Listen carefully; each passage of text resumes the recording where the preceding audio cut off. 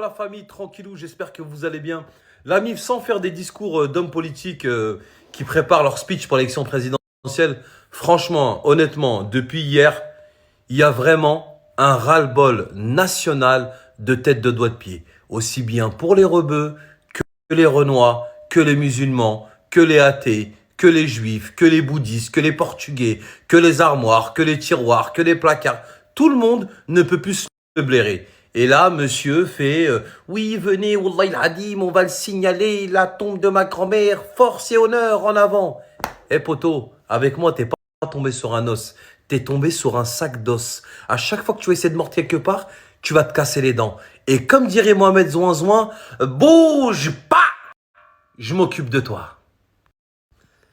Donc la MIF, le centre commercial que j'ai mis tout à l'heure, l'ancien centre commercial très très connu à Lyon, et tout particulièrement à Vénissieux, qui s'appelait Vénitie, Vénice dingue, pour les intimes, pour les Lyonnais, pour les gens du quartier.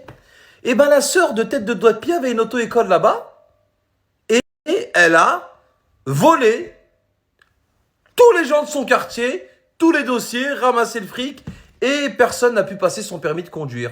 Et elle s'est volatilisée à Dubaï. Mais comme Dieu est grand et que bien mal acquis ne profite jamais, la sœur de tête de doigt de pied est actuellement incarcérée à Dubaï. Pour une autre histoire, mais bon, quand t'es pourri jusqu'à l'os, que tu vois, tu prends l'argent de tous les gens de ton quartier et que tu te barres à Dubaï, forcément, ne t'attends pas à réussir, hein, j'ai envie de te dire. Et puis, Bassem, autre chose, depuis qu'on t'a exterminé sur les réseaux sociaux, tu vas beaucoup sur TikTok.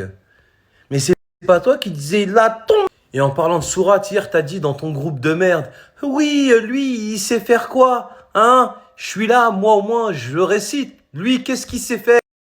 Il m'a mis un maghrébin. Ouais, ok, il n'y a pas de souci. Mais lui, demandez-lui de réciter Sorat Nes. On va rigoler un peu. Bassem, tu veux que je te récite Sorat Nes? Il n'y a pas de souci, je connais à peu près 50 sourates. Mon père m'a inscrit à l'école arabe quand j'étais petit, pendant 5 ans. Encore un truc que tu vas apprendre chez moi à découvrir. Sorat Nes, tout de suite, c'est parti.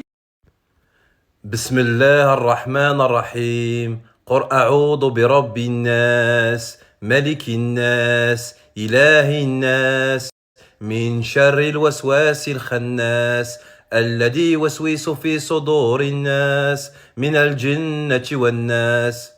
Si tu veux que je te récite une autre sourate, Bassem, ou tu veux que même que je t'en apprenne, il n'y a pas de souci. C'est mon devoir de musulman, mon frère, et ça me ferait trop plaisir. Vraiment, n'hésite pas. En tout cas, une chose est sûre, c'est que t'es pas prêt, mais t'es vraiment pas prêt de refaire une cagnotte. Oh, après ça, là, oh, après les audios, oh, après, oh là là. Franchement, Bassem, t'es vraiment pas prêt de refaire une cagnotte. T'es vraiment pas prêt de redire aux gens, merci à Allah. Merci à Allah de me permettre d'acheter des GSE. Merci à Allah de nous permettre de faire ça. Wallah il-Hadim, tout ça, c'est grâce à vous. Mais Bassem, pourquoi tu caches le montant des cagnottes? Non, c'est parce que les gens, après, ils vont nous porter les haines. Ouais, ils vont porter les haines à un mec qui ressemble à une tête de doigt de pied et qui vole les gens. Cristiano Ronaldo, il est exposé, il pèse 250 milliards, il affiche sa femme, ses Bugatti, personne lui porte les haines, mais un vieux clochard comme toi va lui porter les haines. Ouais, super comme excuse.